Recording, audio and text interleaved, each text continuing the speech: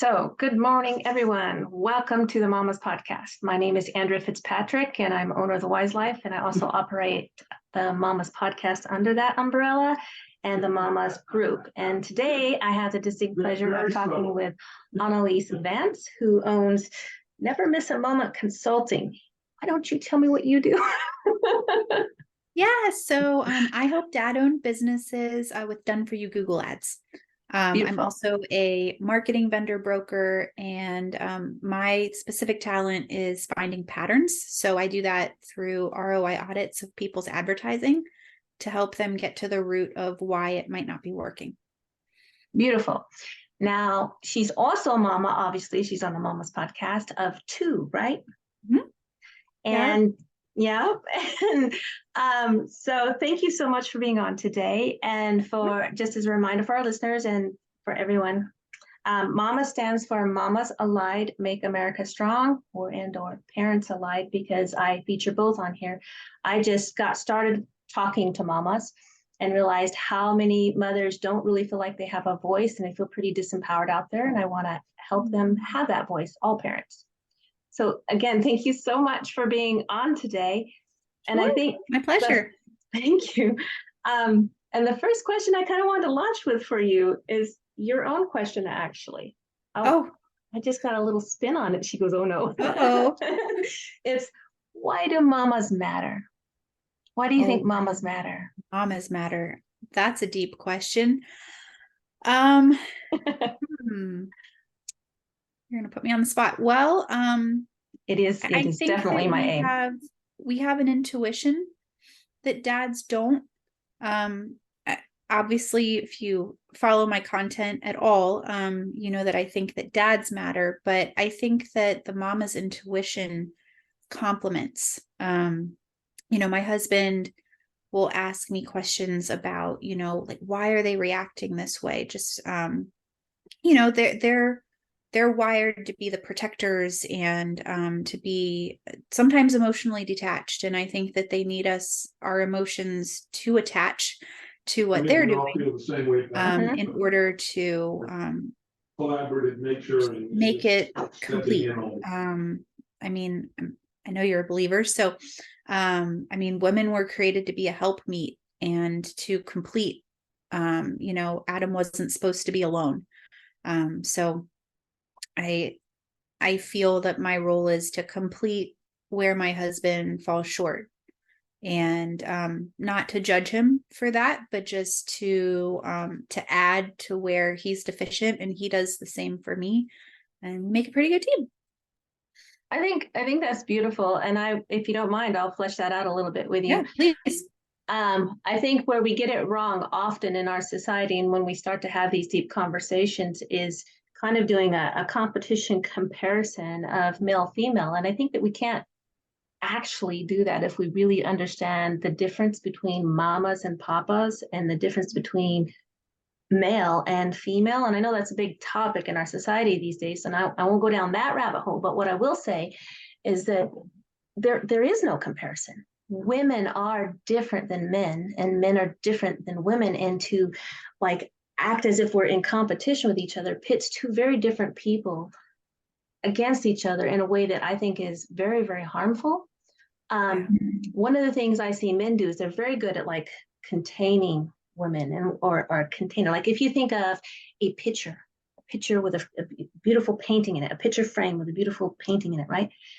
The frame, that strong frame that protects that beautiful painting, that strong frame is the male and the picture is the female. Now, neither of them would look complete without the other, right? It's how we meet in the middle that makes this beautiful synergy that creates families, I think.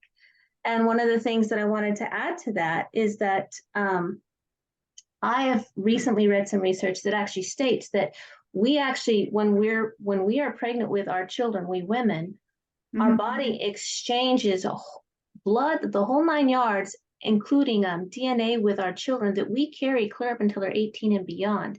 And what that the article I read, the research I read, basically had the premise that it's part of the reason why women have the intuitive not the whole reason, but part of the reason women have the intuitive understanding and connection they have with their children. That's like sometimes it almost feels like you can read their mind, or you know what's going on with them, or even if they're not with you, you know something's wrong. It's because of that connection we have. Well, that's because we carry them. We share that life force, that whole 9 yards. And so it's something that I thought was beautiful, but it adds a kind of scientific background to this thing that we call intuition, right? There's an actual biological connection along with that heart and spirit connection that we have as mothers. Now, that's not to say that fathers don't have a connection with their children. They do. And I think it's vital and important, because without it, we don't grow up the same. And when we grow up with both, I think we're better off as a general rule. But the other side of that is those of us that grow up with trauma, how does that impact our parenting, right?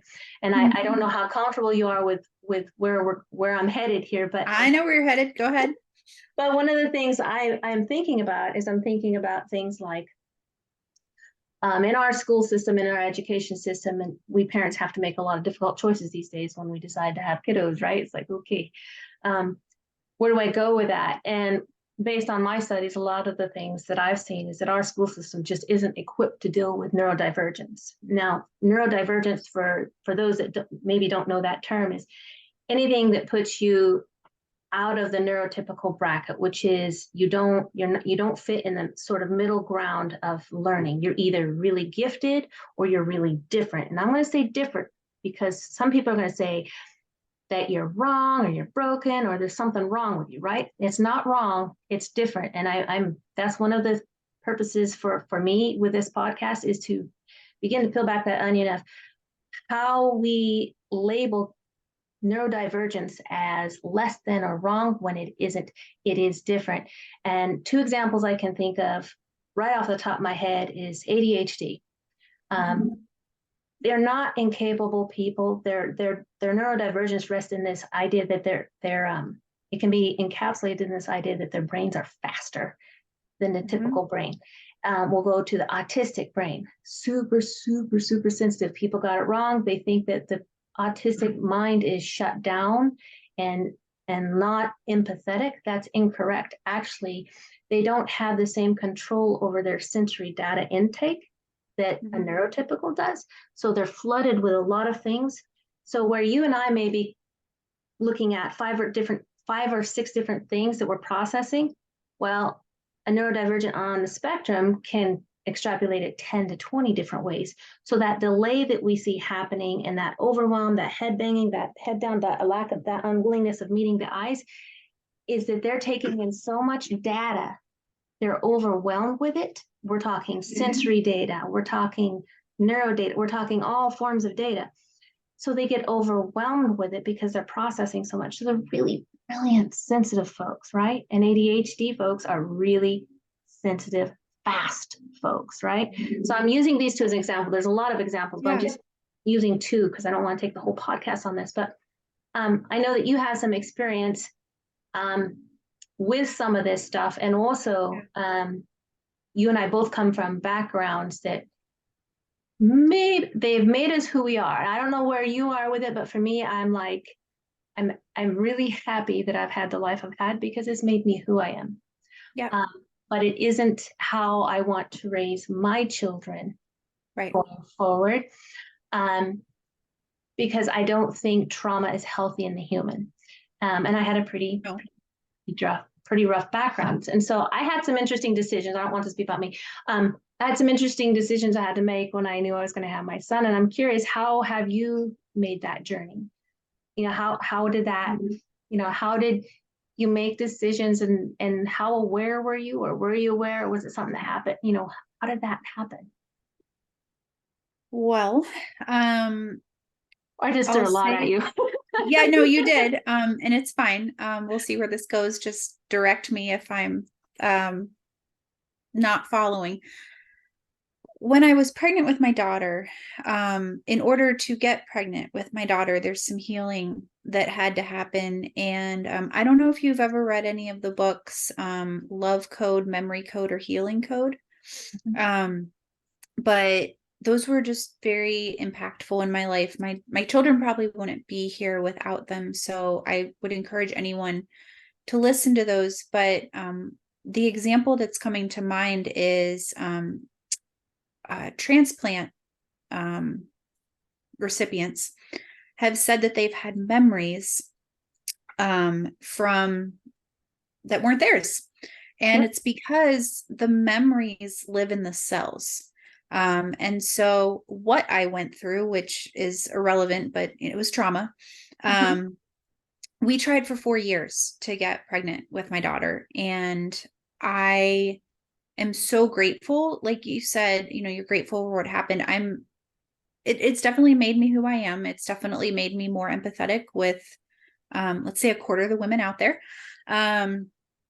But Ooh, because we I'm gotta come not back to that. Keep going. naturally, I'm not naturally an empathetic person, but the miscarriage that we went through before we had my daughter, the trauma that I went through, it's made me more empathetic because I literally have empathy. Like I don't have to fabricate it. I have it.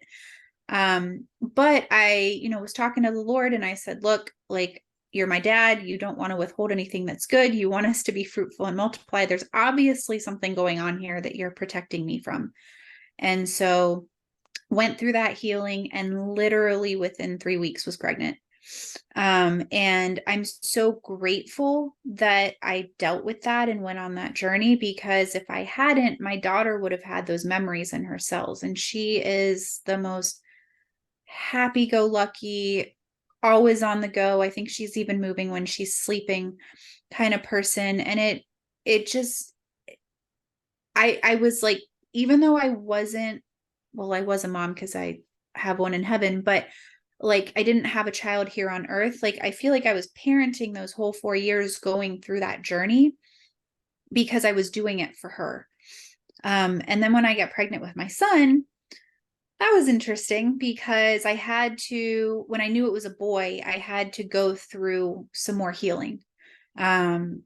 Because I wanted to be able to do things like nurse him and things like that, that I didn't want to be triggers. And that little boy is my second love. I love my daughter with all of my heart, but that boy is special. And I am not going to cry. He's just he's very, very special. And he's such a gift for everything that I went through and overcame and healed. And, he's almost 2. And so he's coming into his emotions and he's coming into just all those cool things you see boys go through. And like I said, I love my daughter, but it's different. And I never understood the relationship that my husband had with my daughter. And I wouldn't say I was jealous. I was grateful that they had it, but I was like, I want that. And I mean, even just today, he came up behind me and I was helping, I think, put a barrette in my daughter's hair. And he was hugging me from behind and just saying, Mommy, I love you. Like he's still like forming words, but it's so sweet. And it's so different. My Mhm. doula told me like it's going to be different. And she says her son still calls her pretty mama. And it's just different, right? I mean, I have a very special relationship with my daughter. We have very similar personalities. I will say her personality is my receipt that she's mine. So I mean, we have that special relationship, but they're both just such a gift for what I went through. And I'm very protective over them. Mhm. Try not to be overly. I'll tell this story. So we were at the zoo, and there was a boy. He was probably neurodivergent. He was not like he wasn't in the middle. I'll just put it that way. And he was, I think, figuring out like how to express emotion and say hello. And it was just Uh-huh. very awkward. So my daughter, she's 3.5. Now this boy was probably like somewhere between like 8 and 12. And he came up and he tried to hug my daughter, but he did it like very awkwardly. And she's just like trying to play on the hippos. Like she's like, what are you doing? But she didn't know how to react. And I looked at my husband and I said, you better handle this or I'm going to. Like my mama bear came out. Like I even knew like logically, like, why it was a struggle for this boy. And like, he was trying to be nice and sweet. He wasn't trying to do anything to her, but I was like, you better get off my daughter, or I'm going to hurt you. So, I mean, that kind of stuff still comes up, but I don't know if I've answered your entire question, but I think it'd be difficult because I threw several at you, and I tend to do that, by the way, because then whatever is on someone's heart or stands out to them is what we get. And I love the synergy in that. So that's a process. I love what you're saying because, well, number one, I think that we condemn Mama Bear and that perhaps we shouldn't. Yeah. And the other side of there's an instinct, right? It's very instinctual. It's incredibly instinctual. The other thing that I think is so beautiful about what you're saying that I'd love to dive in a little bit is that, I see so many mamas, especially happens in the age groups a bit younger than you and I, where they have a child and they're upset because they don't have this, they're not the same. They don't have the same life that they had before, right? Everything changes, even the ones that are like, have done it on purpose, right? They've chosen parenthood. And technically we've all chosen it, but my point is they've been purposeful. The point that I'm trying to get, the point I'm trying to get to here is that one of the things I think is misunderstood is that when you become a mom, you grow into a fuller sense of who you are. And whatever hasn't been dealt with, whatever it is, it's going to come up. I found that in my journey as a mom, right? With my daughters, like you're describing at the zoo, it is unreasonable. It's like you touch them, and like I am this visceral with it, by the way. You touch them, I will rip your head off. Like I don't, and it is unequivocal. It is like right there. And it's the same with my son, but it's what's different with my son, because I have a background that I had to heal from too. When my son was itty bitty, and then my daughters came and they were all itty bitty together, I can't even tell you the amount of tears I shed because I suddenly understood my own background in a way that I couldn't before being a mom. And I could see this innocence in them, and I could see how the masculine, the male, who they really are, because I could see it in my son. See, before that, I couldn't see it because I had this overlay on me from the trauma. But when I had my son, it's like it ripped that overlay away, and I had to see. You have to deal with it. Yeah. And I had an appreciation, thank God, because I had two mentors, in my early adulthood, I'll say. And without them, I would not be the same person. I say it with a smile now, and I can say it with verve now because it's pretty dealt with in me. But I say, I would have been a man hater. I would have been one of those women without those men because they were able to hold that space and give me, because I always say to people, trauma and harm never happens in a vacuum. It happens with someone. And so until we can experience the opposite of what that trauma is, literally experience the opposite of it, we can't really heal from it. Right? And I got to have that safe container with those two mentors that I've mentioned and really step over some things. But then my son came along and it was like complete Band-Aid ripoff, right? It was like, oh my God, I have to look at this, and I have to make, that was my whole pregnancy. Literally my whole pregnancy. That was it. I had to face it because it wasn't his fault. He didn't do anything to me. And I mean, my husband's been amazing. He has been so patient with me. Like there's no award or words or anything big enough for how patient that man has been with me. And I think it was a relief to him when I started dealing with it. He went, oh, there's reasons you do this. And I'm constantly like, honey, this is not your fault. Like, just be, even the other day, like, I was in St. Louis with my mentors, actually. And my husband wasn't able to come. He stayed home and watched the kids. And Monday when I got home was an adjustment for me because I had never been away from my kids, like ever. And if my husband was with me, So it was very different. I felt like I had to like assimilate back in, and I just sent him a text. I was like, look, like, I know I was probably a bear this morning. Like, can you forgive me? And will you just be patient with me? And he was like, of course, like, we've been through harder things. It'll be okay. And like the kids were adjusting. I mean, it was just like, it was a lot. But he's always so patient with me. And so, I mean, that was a lot of the healing, before I got pregnant. But yeah, when my son came, I was like, okay, I got to face this, because it's not his fault. And it's the things that we do for our kids are just Well, amazing. it's totally not their fault. And I think when we get to see them in this space, when we get to see human beings, our own children in this space of innocent as who they are, who all the people we've known, including people we might call perpetrators and Sure. abusers, all those people were once children, Mm-hmm. right? And how did they become what they became, right? So I'm always looking at that from that lens with everything, because it's like when I find for myself, when I understand the why of things, and that's just me, that's my mind is like, 100%. if I understand why, I can, right? I always Yep. say that you can give me the absolute worst truth in the world, and I can handle it, any Yep. truth. Yep. But don't give me fluff, don't give me a lie, right?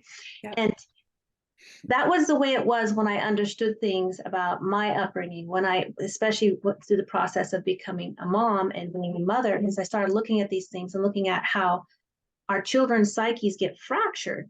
Now, there's this thing that happens where we don't understand that how healing, for example, like my kids go outside and get their feet in the dirt quite frequently, right?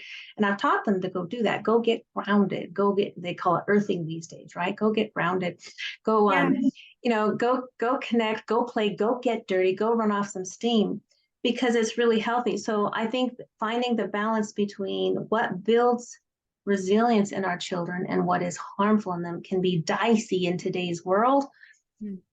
Especially if you understand, if you have, I don't know the right way to say this because I've not tried to say it, but if you have an upgraded understanding of how trauma affects personality and Mm-hmm. behaviors, Mm-hmm. it changes how you look at things, because then you start to understand things like, oh, we behave this way when this, and this happened. We behave this way when this, and this. So how do I remove those barriers as a mom? Mm-hmm. Those are the kinds of questions I ask myself. How do I remove those barriers? And it's interesting for me because as a homeschool mom, I didn't start out homeschooling. I Right. I took my kids out of the system because the effects of the system were becoming so detrimental that I as a mom, I just couldn't take it anymore. I can't do this. And Right. I knew plenty of parents around me that seemed disengaged or like they just couldn't see it. That wasn't me. Or they don't want to see it.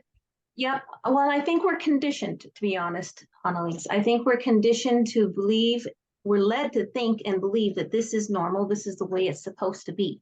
Right. But I grew up outside of the system. I always say that I grew up outside of the system. So it's like, for me, I'm like, I see the patterns. Why are you accepting that pattern? That's not Right. healthy. That's Right. unhealthy. And you mentioned patterns too. So like for Yeah. your journey as a mom, like, I know your kids are young, but like looking at education going forward and looking at that component of like divergence, neurodivergence, and trauma, and some of the things we've talked about. What is your game plan, or do you have a game plan? How are you going to handle that? Rough game plan. My daughter's 3.5. It's definitely been on my mind more the last couple of months because she's going to be 4 in March. And I mean, we've done, my daughter learns, you called it world learning or something when we were talking, but like organically is what I like to call it. So like we'll be out on a walk and, Yeah, um, world you know, education. yeah, we'll world education. We'll, hey, what color is that? And like fall's great, right? Because there's more colors. Or like she likes to pick up acorns. And so my friend who's homeschooling her kids, like, oh, you could talk to her about how the Indians did this and like made it into meal and like, um, like add in some history. We try and limit the media.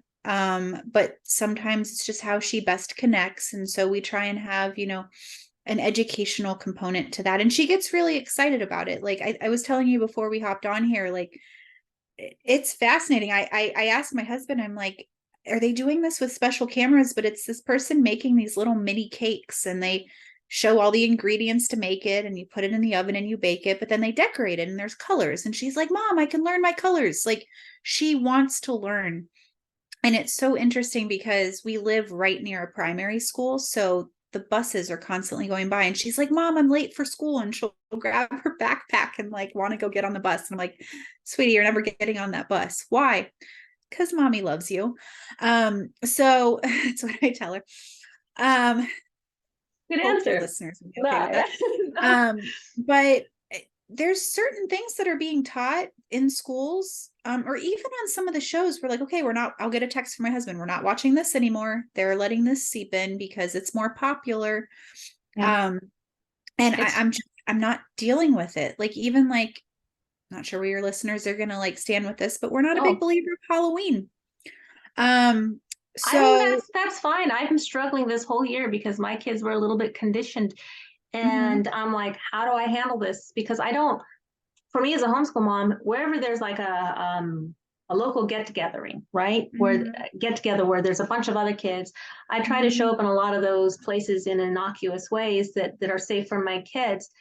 This is one of them, right? And I'm sitting here going, what I don't like is Halloween. A bunch of them. There's a lot of things I don't like Halloween, but one of them is like it's always focused on candy and sweets, which is so unhealthy.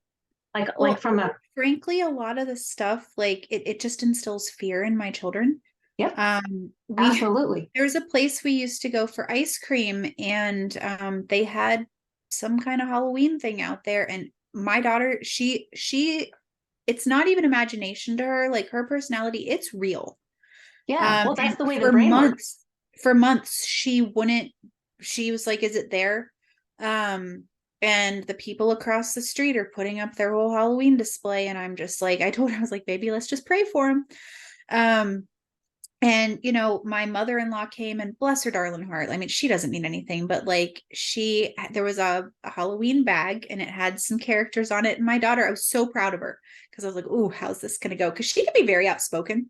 Mhm. She's my daughter, and she was like, no, thank you. And like we just put it down, and I told my husband, he's like, all right, like, I mean, like it Yes. wasn't a big deal. We just like set it aside. But we made the owl, and we made the little pumpkin with the smiley face. We didn't call it a jack-o'-lantern. We just framed certain things. But this time of year, like, media is nuts. So Well, um and the strange it's thing just with unnecessary in my mind. But it is, and it becomes a hotbed for a lot of shenanigans, I'll say, to try and good keep word. it a little bit light, keep it a little bit light here. It becomes an almost um, permission for a lot of really, really not good shenanigans. Yeah, And as I'm not interested in that, I'm not interested in that culture. I don't want that for my kiddos. And right. my kiddos are pretty sensitive because I am not mom that said, you're not watching violent, awful Yeah. stuff. That I see Oh yeah. a lot of Because they kids, acted out. they do. But the other thing that people don't understand, and it just kills me, is like our brains, when we watch something, whatever our brain sees, it doesn't say that's not real. That's not the way even as Right. adults, our brains don't Right. process it that way. Our Right. brain processes it as it's real. That's why visualization works. Okay. You can't jump on the bar. The gymnast imagines he's practicing. I can't reach that bar. Then he visualizes jumping on that bar over and Yep. over again. And he practices. Pretty soon he's doing it. Well, Right. visualization works because the brain doesn't say it's not real. Well, it's the Right. same with what we take in. It's the Yeah. same thing. And our kids are little. They're not fully neurologically developed yet. They don't Right. have the coping tools that adults have. That was again part of my reason for like pulling my kids out. It's like there was all this stuff starting to come in, Yeah. and we would spend most of the evening fixing the problems that had accrued during a single school day. And I went, Yeah. I no, no, Yeah. no, no, no. So Yeah. yeah, It's not it's just to have to redo it, then there's a waste of time you could be spending doing something else. So we do plan to homeschool our kids. I'm still exploring, what I want to use. But we do flashcards right now. And we make it fun. We make it a game. We make a big deal about it. Our kids, they love learning. Like, again, my son's 22 months, so he's not like quite getting that like we're learning. But if Sissy's doing it, he wanted to sit and do flashcards, and you know what? He's 22 months and he got about 15 of them right. I mean, his vocabulary is amazing. We read to our kids before every nap, before school, before bed.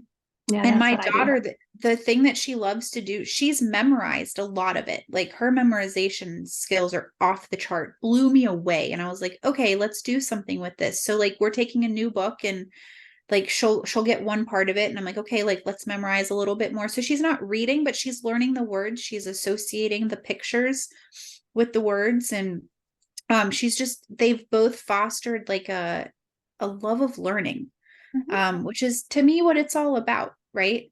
And I don't think it needs to take 8 hours a day. I'm fourth generation female owned business owner. My daughter will be fifth. Now, if she wants to be a veterinarian, or she wants to be, something that requires schooling, like, of course, like, if she's passionate about it and like clear, like, this is what she wants to do, sure, like, we'll figure that out.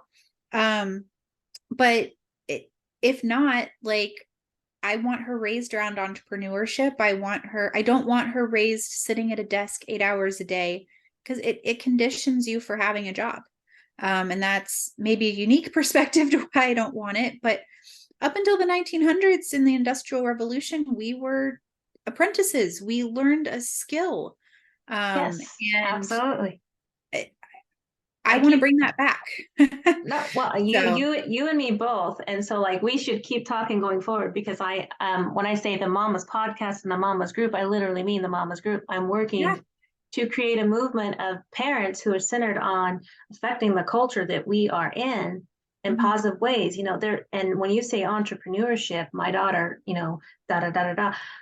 I'm the whole time I'm over here homeschooling my kids, I'm like, how do I get them to think about business? How do I get them to understand the history? And like all of it, because people say, because of the nature of my work, I do leadership coaching, and Mhm. it's based in the seven grandfather teachings from my Anishinaabe people.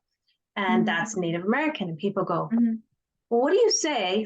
Certain political types will be like, well, what would you say to people today about, um, the history, the bad history that the United States government has with the Native Americans. And I'm like, own it. But it's that way with everything. Right. When we actually own it, then we learn from it. Like you're talking about the Industrial Revolution. Up until the Industrial Revolution, what did we do? Right? When we own that material, we can do something with it. When we go, oh, I can be an entrepreneur, I can own a business, I can become an apprentice. Like we used to have shop in our schools. We used to have Yes. home ec in our schools. Yes. It's not there anymore. There's schools that are even getting rid of mathematics in their name. I'm like, what? Like it doesn't make sense. So I like what you're saying, because I think it's a way for mamas and papas and family centered businesses to grow, but also for families to grow healthily, for our children to grow up knowing that there's not a ceiling here you have to bump up against. Because I feel like I didn't grow up in the system, so this is my bias, right? I didn't even learn to read until I was 9, and I have a master's in college because I went to college, and that stint to get my master's taught me a lot about the system, if you will. I was in college as an adult. The ceiling that was put on in the curriculum, the ceiling they put on your thinking, your critical thinking, and the way you perceive what you can achieve, it's like you just keep getting this. Well, if you imagine a child who grows up from pre-K all the way up, by the time they're 18, any one of us, if we really think about what I've just said there, any one of us would not feel motivated. Yeah. Why would we? Right. But when you say, well, I'm this, I think you said the fourth generation. Mhm. Yeah. And your daughter would be the fifth.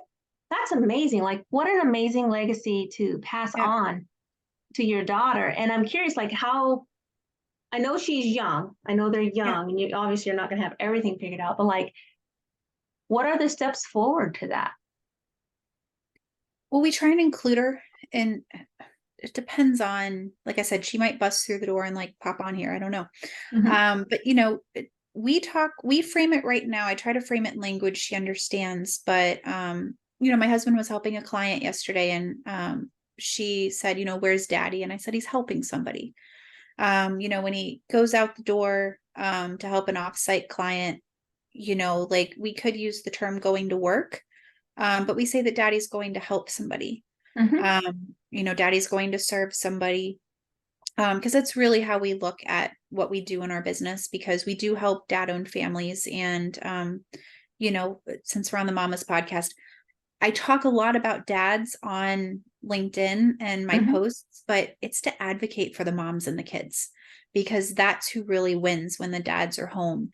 And you can't write to everybody on LinkedIn, right? But I try and include her where we can. Like again, like world learning, like she likes to go and get a little treat out of the vending machine, and so we're teaching her. Thing that always drove me nuts about math, and I use a lot of it now because I'm literally analyzing numbers, Right. but it was like, what's the practical use of this? Yeah. Right. Like if you're going to be an engineer, like, yeah, you probably need to learn certain math, but like right now I'm teaching her like ones, fives, tens, 20s, and hundreds, right? That's like, and 50s, like that's what matters. But like when we go to the store, she'll help me scan stuff and she'll help with money. Now we're not quite to like doing change and stuff. But having that practical application, and like, she wants to be a professional ballerina right now. So I don't know if like math matter at all. But I mean, like she needs to know some of it, like how to get paid and, all of that. But we try and just take like what's at her level right now and teach it through an entrepreneurial lens, versus like go to job, get a paycheck, come home, that kind of thing. Like we try and take the limits off. We ask our kids a lot, not my son as much, but my daughter, like she's in that phase of asking why. I'm sure you went through that, or you're still going through that. And I could get annoyed. And I'll be honest, there's probably some times where I'm like, oh my God, enough questions. But we've started asking her, what do you think? Because the school doesn't always teach us that. They teach us what to think. And I'll even do that with people I mentor. Well, what do you think?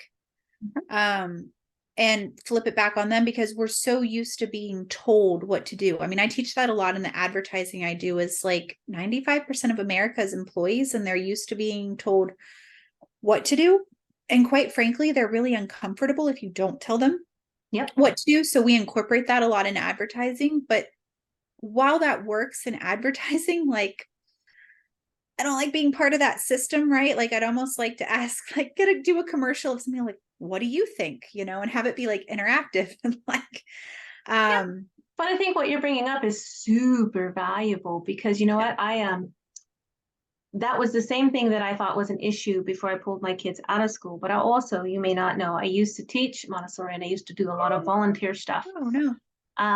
And then I also taught in university, and my university students were very uncomfortable because I would teach with a methodology that required them to engage and ask questions. They were really uncomfortable because they wanted me to tell them what to do and how to think.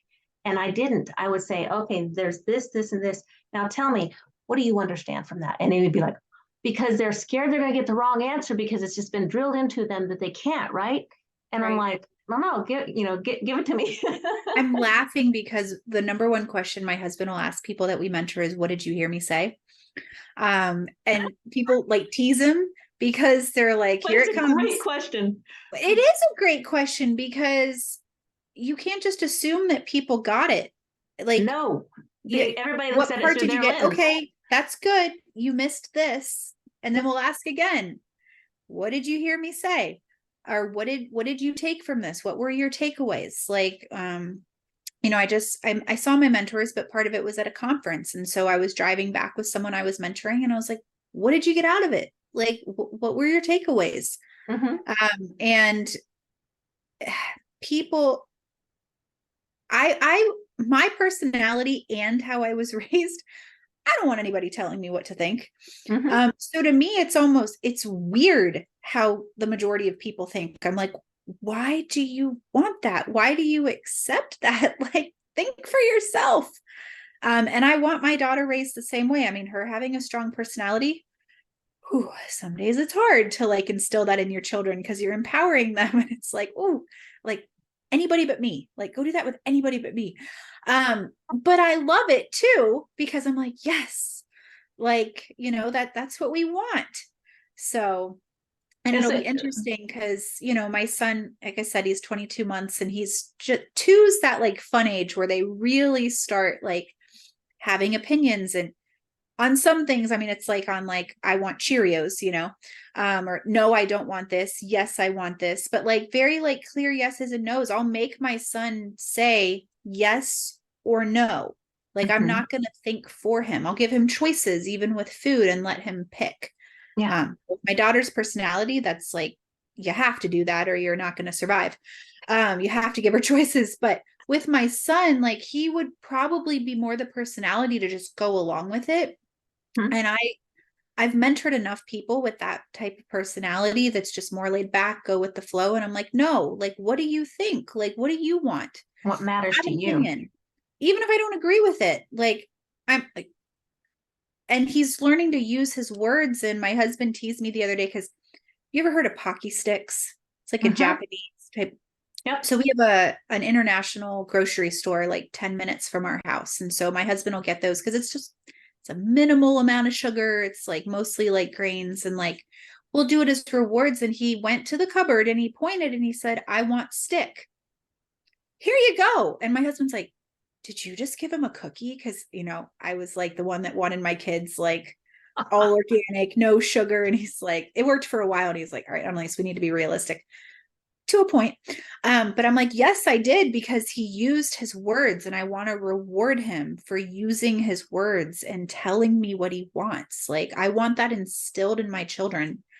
Um, I was raised in a house, and I told you this a little bit earlier, where conflict wasn't the favorite subject matter.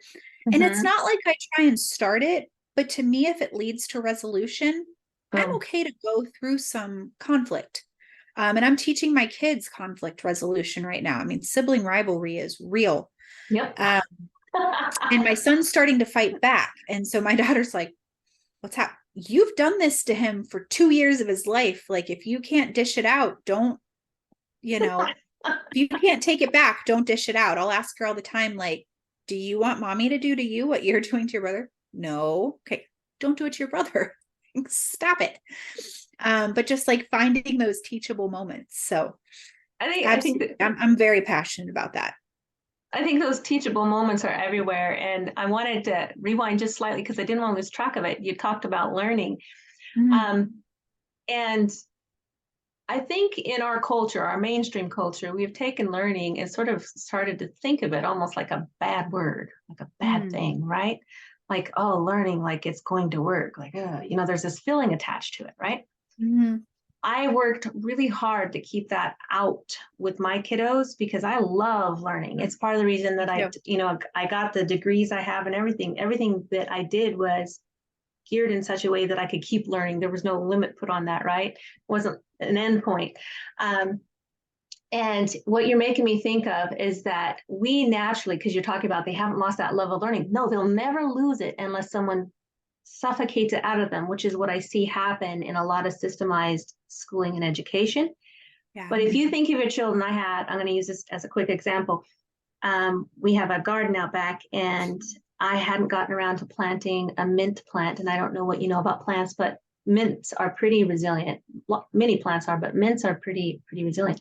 I hadn't got around to planting it, and it was sitting in a container on top of weed wrap, no dirt, right on top of weed wrap. And I hadn't got a chance to plant it for about a week and a half, 2 weeks. And finally had a little bit of carved out a little bit of time. Okay, I better go put those in the ground. And I went out there and went to pick it up, and I couldn't pick it up because the mint plant had decided it was going to grow. Okay, it had split the plastic container, and it was this little seedling, and then it was like this tall. It had split the container and went through the bottom of the container and through the weed wrap into the soil like that deep. And that is the way we are. That love of growing, that is the way we are with learning and expansion when nobody like takes it away from us. That's the way we naturally are. And it's incredible. Yeah. And the hard part for, I think, for parents and educators is I find it with my kids because they're, oh my God, a million questions. And it never stops, right? And I have to remind myself sometimes because I get tired. There's 3. I remind them, I go, how many of you are there? And I'll go, 3. Yes. And I'll go, how many moms? I'll go, 1. I say, okay, can you please be patient? 1 at a time. Okay. And sometimes I need a break. Yes. I so relate with that. But the point is like that questioning is that love of growth and learning. And so I love what you were saying there because I think it's really beautiful. And when we don't suffocate it and we recognize it and just redirect it or help them understand, hey, I'm human too. Like I have a little bit of needs here that need met too. That, that's been useful for my kids. They're a little older than yours. Yeah. Well, so I like to instill in my daughter that she can go figure it out. Can't is a bad word in our house. I say can't is a sign of not wanting to or too lazy to try. Well, it shuts your brain down. And she doesn't understand that yet. But when you say can't, your brain goes, okay, I'm done. Yep. When it says, how can I? It goes to figure it out how. Yes. And so, not that my kids like get punished for saying can't, but I'm like, hey, like, what can we do instead? Like, can you say, how can I? Or mommy or daddy, I need help. Like one of the conflict resolutions, like she'll go take things into her own hands. That's just her personality. And I've been teaching her, like, you have a choice in how you respond and say, mommy, I need help. Like, your brother's only like, he's small, I can handle it. But like, you've got to come to me, because if you try and take it into your own hands, well, then you create another problem and you're going to get in trouble possibly with how you choose to respond to it versus just coming to mom. Then you don't get in trouble, then I can help. And this is a funny example, but it happened this morning. So she had a hairbrush. Quinn wanted the hairbrush. I don't know why he wanted the hairbrush, but he did. So he ended up somehow getting it. Well, she took matters into her own hands. And so I had to stop that. And I was like, sweetie, let's be creative. What would your brother want more than the hairbrush? So she found something. He wanted that. He gave her the hairbrush. Like I showed her how to resolve conflict, but it was also like problem solving. Like, so she went, and you saw the look on her face, like, okay, what would brother want? And she went and she got something and he was like, no.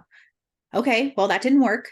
And it was like 2 or 3 things that she tried, and she finally picked something that he wanted. And it was so sweet, like watching it. But I'm also like, we're teaching problem solving right now. Strategy. In strategy, yeah. I don't know that I should be empowering with how smart she is that we're empowering strategy, but I did. But like, I don't want to see my kids fight, and I always tell her, like, Lily, what's your number one job? And she says, to protect my brother. Good. To make sure he's safe. Because I always ask, because she's always wondering why I do things. And I tell her, mommy's number one job is to keep you and your brother safe.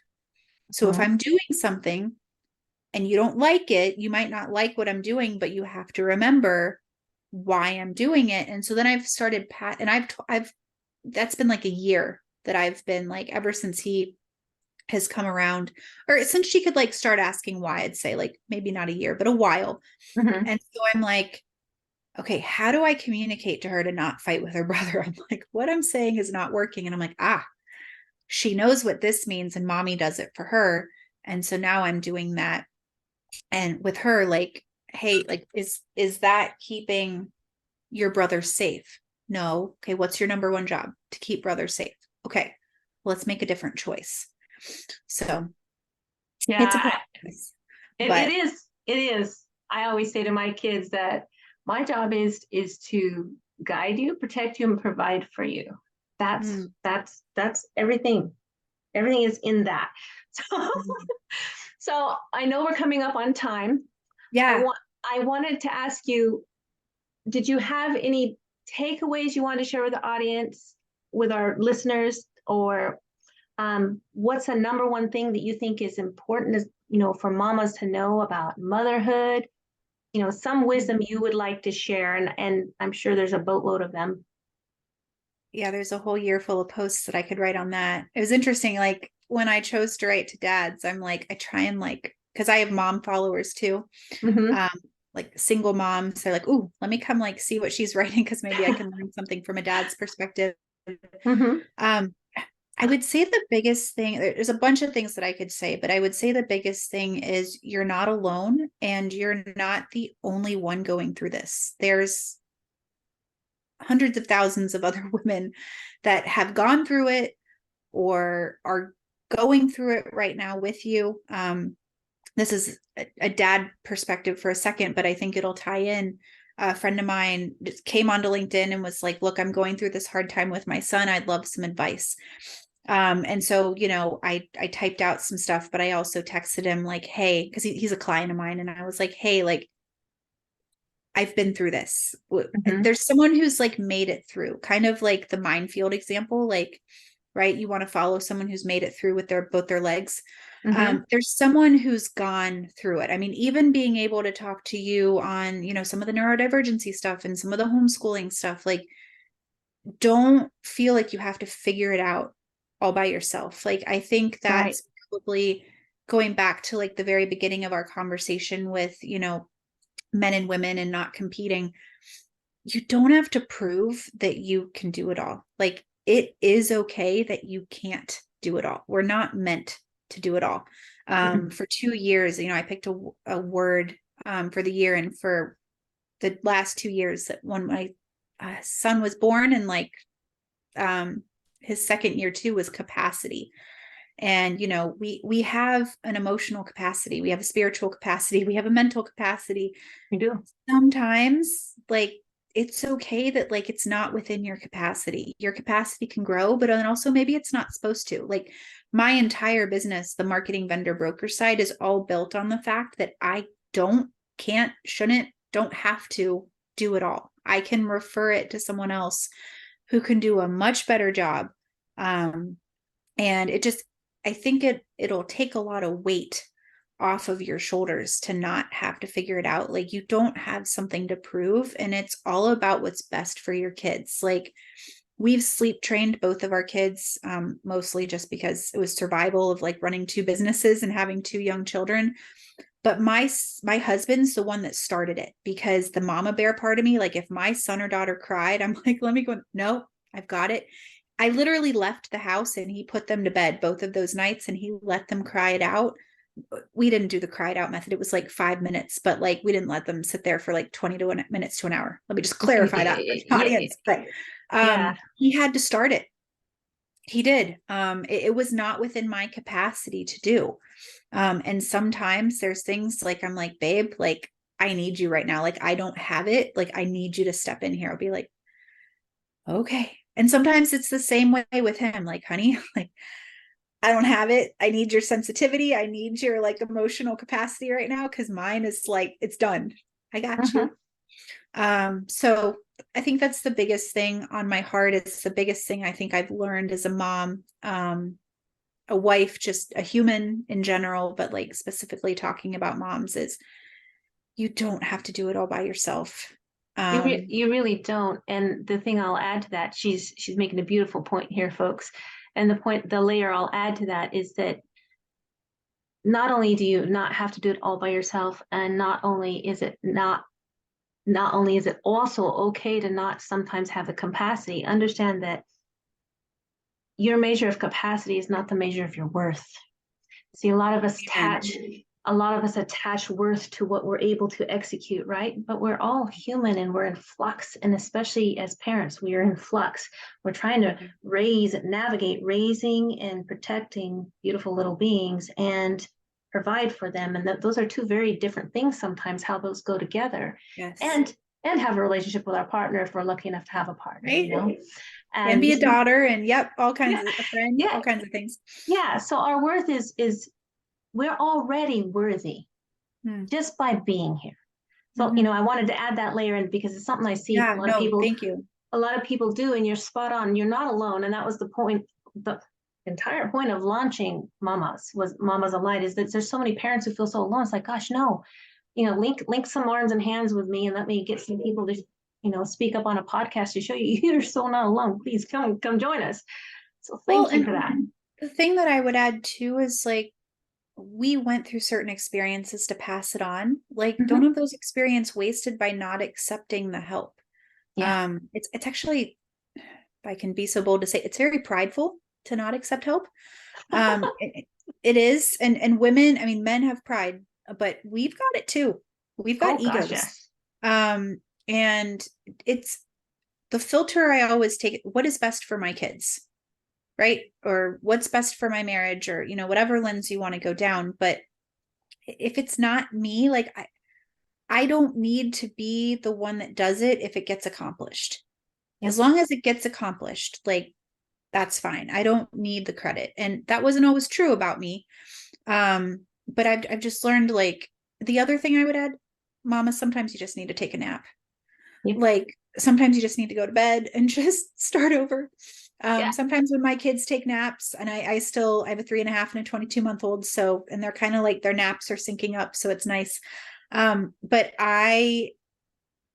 sometimes I take one. Like when I got home and I was emotionally exhausted assimilating back in on Monday, I just took an hour nap, and I did not feel guilty about it, because sometimes that's the best thing you can do for your kids. Because if you are sleep deprived, if you are hangry, like that whole putting the oxygen mask on yourself, like don't feel guilty about that, because you're doing it for your kids. Eric Rogel, who'd be another amazing guest, he just wrote a book on this. But yeah, I know him. You know him. Okay, so what he talks about. Like, if it's good for the king, it's good for the kingdom. And he's added in, if it's good for the queen, it's good for the queendom. So taking care of yourself is sometimes the most selfless thing you can do, because if you're filled back up, you can fill others back up. Like if your cup's empty, like you can't pour anything into other people. So that's the other thing I would add.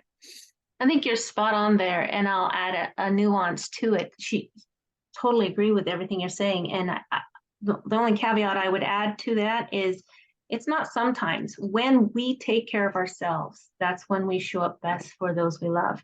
But the nuance I would add to that is, especially for mamas and papas both, but I'm going to say this, especially for mamas, the process of physiologically, emotively, neurologically, the whole process of becoming a mom and being a mom changes us neurologically, physiologically, and emotively.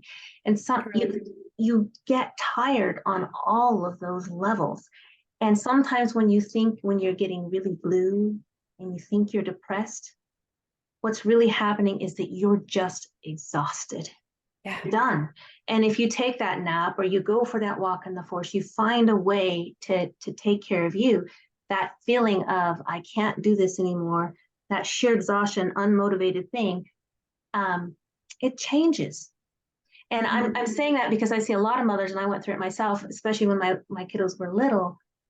Oh God, I think I'm depressed. This isn't going away, right? It wasn't just a day. It was like for many days in a row. And then I learned, oh wait, no. Not only is my GABA low, neurotransmitter up here, not only is my GABA low, but because I was nursing and I just had my kids and I had them in a row, right? My GABA was low, so I was like edgy and blue and tired and exhausted. But a lot of times when we're blue, it's because we're tired. Yeah, well, and it's interesting you mentioned then, this just popped in my head, and I don't want to go on for too long, but we'll just have to have you on again. I was sweet. Let's do it. I was so empty before I left for my trip, like, and my husband was like, "Did you miss us?" I did, like, but I needed it. And I did not apologize for that break. And I found myself responding so much different when I came home. Things that 3 days before would have just set me off. I mean, my husband literally, he was like, "Anneliese, you're on a knife's edge." I'm like, "Oh, I know." Like, I'm very self-aware that I am on a knife's edge. Like, I'm going to snap. But I had so much more patience with my children, and could slow down more for those teachable moments versus reacting. I could set the example of responding versus reacting, because if I'm teaching it to my kids, it's like, ooh, I need to do this. You got to be We it. talked Yeah. about like the things that being a mom will reveal. That's been one. How Yep. much I react versus respond. And so I'm like trying to like slow down and like process through. And one of the questions my friend asked was like, do I put him in a timeout? Do I, slap their hand? Sometimes, because his son's like 19 months. So I'm like, Mm. sometimes, but sometimes it's like, what's the end goal? Like if you're trying to teach them something, like you don't necessarily need to do that. And if you do that, honestly, like if they don't connect with why you're doing it, it could be a negative. Oh yeah. But when my daughter lashed out at her brother today, I literally held her and I was like, not like held her down. Well, at first I did. But then I held and I was like, honey, like you're safe. You have a choice. Like when these feelings come up, you can respond. You have a choice. And that was the message I needed to give her. Sending her into a timeout or spanking her when she was that upset was not going to be the answer. Now, sometimes it's the answer because she's very strong-willed and it's the only thing that's going to get through to her. But it's like, what's the end goal of what I'm trying to teach her? And how do I get that message across? And sometimes it's not punishment. Sometimes it's empathy. Sometimes it's okay to have these feelings. Something I've taught her lately is the feelings are okay. The reactions and the actions are not. I'm not Right. mad that you had the feelings because growing up, bless my mom's heart, I love her so much. I will praise her up and down. I've called her so many times since my second was born and been like, how did you do this? Because my dad traveled for 4 to 5 days a week every week until I was 11. And I like get upset when my husband like leaves me to go to the grocery store, like perspective. Um, Right. but it's like I wasn't raised that feelings were okay. Right. And so Same. we have a feelings chart. Like we'll pull it out. Like, what are you feeling? And she always wants to be able to pick happy. I'm like, honey, mommy's not happy all the time. Daddy's not happy all the time. It's okay. Like, it's okay if you're angry. It is okay if you're sad. It is okay. But how are we going to act and respond from that is the big message, too. So, I guess maybe a third thing just to add is like, and we talked about like trauma and like raising people differently, is like teaching that feelings are okay is so essential because Yep. they're part of us. They're not going away. And if you just stifle them, then you've got the stifled feeling and the bad reaction, which probably is going to exacerbate the reaction. So It does. my heart too. It does, and a really useful. I'm like going to have to tag you on everything I do now, or send it to you or Please. something, or send. Well, it's just the more you talk, I'm like alignment, alignment. Oh, I talk about this. Oh, I Mhm. talk about. Oh, Um, when I saw your post to Matthew Wells, I never do a connect request normally. I normally follow first and then I have this whole process and I'm like, connect, like she's my people. So so I'll add a layer and then I'll get us off here because I know we're going over now. But to your point, you're absolutely spot on with feelings being okay. So one of the useful tools I found for my kids to help them understand because yeah. because it's a difficult thing is that our feelings are like our body's weather. Like when it rains, the sun's always going to come back. When it snows, the weather's going to change. It's just weather we walk through. It's not who we are, Yeah. but it's something that we walk through and we experience every kind of storm, emotional storm it is. It's not a measure of who you are, but how do you Right. walk through it with grace and how do you let it process? Like something I work with, I used to do a lot of trauma volunteer type work. So you have an exercise you can have people do is you have them grab a pencil and tell them to squeeze it really, really, really hard and look at you kind of funny. Now, keep squeezing it and don't stop squeezing it until I tell you. And then you just start talking while they're squeezing it really hard, right? Mm.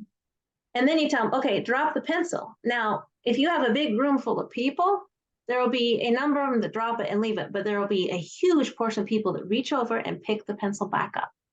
And you'll Uh-huh. say, this is exactly what we do with our feelings. We hold the feeling tight, right? And it gets tensed and locked in our body and we can't let go of it. Now, little kids, until we teach them otherwise, actually have the ability to switch from being really angry to not angry so fast because they literally know how to drop the feeling. But Mm. as adults, we hang on to it, right? And then when we Mm. set the feeling aside, we feel like we have to pick it back up like that dropped pencil, right? Mm. But if you're squeezing it, it's just like that. If you're squeezing the pencil, it gives you a visceral feeling of what it's like when you hold on to a feeling, right? Especially Well, an and it's uncomfortable one. interesting that you're saying this, and my mom taught me this. My mom's a digestive health specialist, and she actually did a lot of work with me on cortisol and adrenals and everything, which was part of why I was not getting pregnant. It's a whole nother topic. I'll bring my mom on. We can do it. She'll love it. We can do a whole nother talk on that.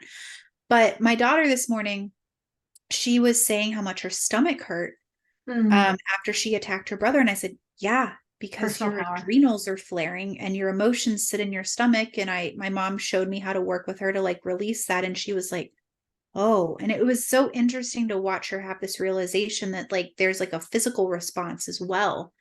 Yeah, I think a lot of people out there they're sick because of emotion related stuff that they haven't learned how to deal with.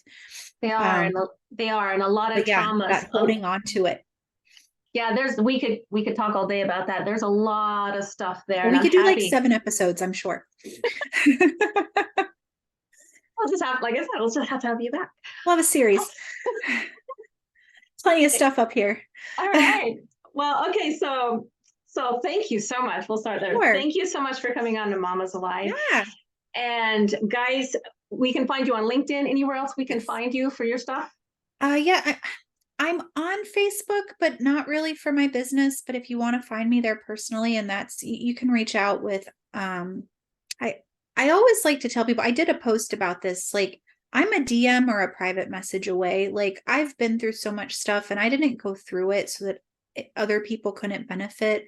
Yep. And while I do specifically talk to the dad audience, and you'll see a lot of that on LinkedIn, like I don't want a mom to feel like she can't reach out. Like me with my mama's group, I'm like, well, mamas and papas. I started it because I'm a mama. Yeah. I can Right. speak very directly into Yeah. that, but that's Yeah. not But to push papas never out. miss a moment consulting.com is my Okay. website. You can reach me there. My email's on there. I answer all my emails. Okay. You can comment on my posts. Like Andrea knows, like I respond to every single one of mine. She's right there, and if she doesn't, you know it's a glitch. You're like, what's going on? Yeah, there's gaps because it's like, oh, I've got to go take care of my kids. But yeah, like I like to be the one personally responding. I write all my own stuff, like it's me. Yep. So if you want to, get to know me, come read some of my stuff. It's all the stuff going on up here. It's a great outlet. It's a great journal. So I would say it's more than a journal, but it has a journal-esque quality. And what I mean by that is that you, Anneliese, have a beautiful way of bringing the heart and soul into the content. Mm-hmm. and being really authentic, which by the way was part of the reason why I was like, oh yes, please come talk.